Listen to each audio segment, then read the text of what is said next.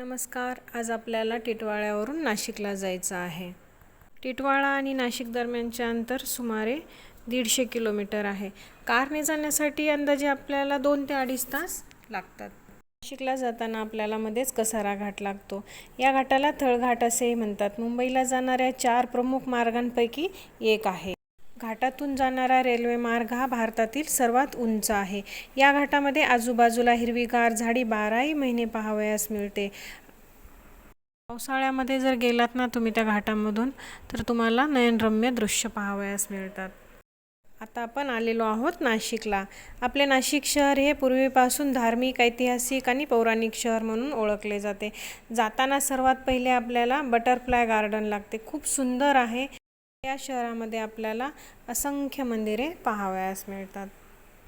त्यातलं एक आहे कालिका मातेचं मंदिर. इथे नवरात्रामध्ये कालिका मातेची यात्रा असते.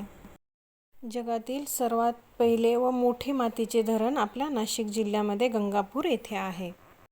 शहरामध्ये आल्यानंतर आपल्याला क्रांतीसूर्य महात्मा फुले आणि सावित्रीबाई फुले यांच्या भारतातील सर्वात मोठ्या अर्धाकृती ब्राँझ धातूचे शिल्प पाहावयास मिळते.